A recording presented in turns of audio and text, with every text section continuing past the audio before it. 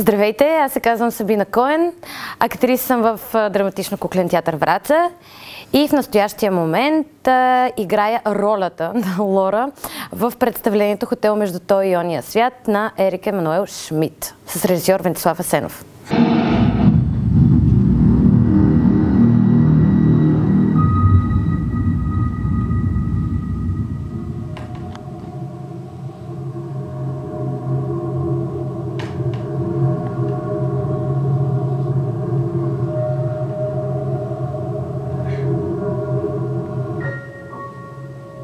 Ами Лора не мога дори да я определя като момиче или жена, или не мога да й дам пол. Тя е душа. Душа, която тръпне да живее, тръпне да й се случат всички неща, които всъщност не е имала възможността да изживее. И по-скоро една ходеща душа, която копнее за среща, копнее за изживяване, за чувства, за знания, за всяко нещо, което може да я докосне и да я промени и тя да мине през нея.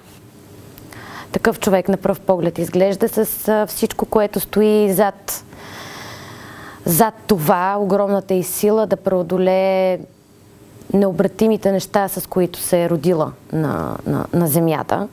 И за нея всяка секунда е подарък. И затова на пръв поглед може да изглежда малко вятърничева и повърхностна, но това е защото някакси няма търпение. Иска непрекъснато да се случва. Нещо да се случва, тя да живее, тя да обича, тя да се смее, да тича. И обичам живота!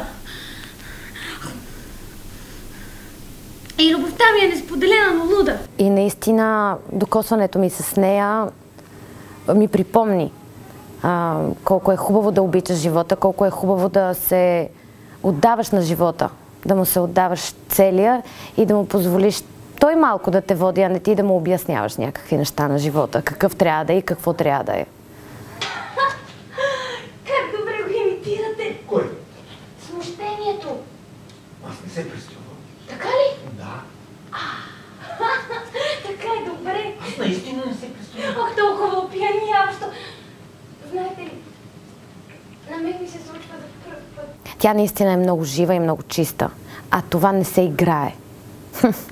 Малко трудно се играят такива неща, така че да внушиш на хората, че наистина си този човек. И ми беше много трудно да се върна назад в времето, вътре в себе си, в моята чувствителност, моята емоционалност и да си припомня така първите ми сетивни и емоционални спомени, свързани с сблъсъка с живота. Това беше най-трудното нещо.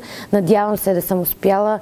Все още не се чувствам напълно сигурна в това, но това беше най-голямото предизвикателство да намеря чистотата вътре в себе си. Чистотата към хората, чистотата към Вселената. Къде си мислите, че сте нещастници? Самият факт, че мога да ходя нормално, но осъзнява достатъчно. И освен това, да не съм обвързан с всички от тези тръпички, сонки, катедри.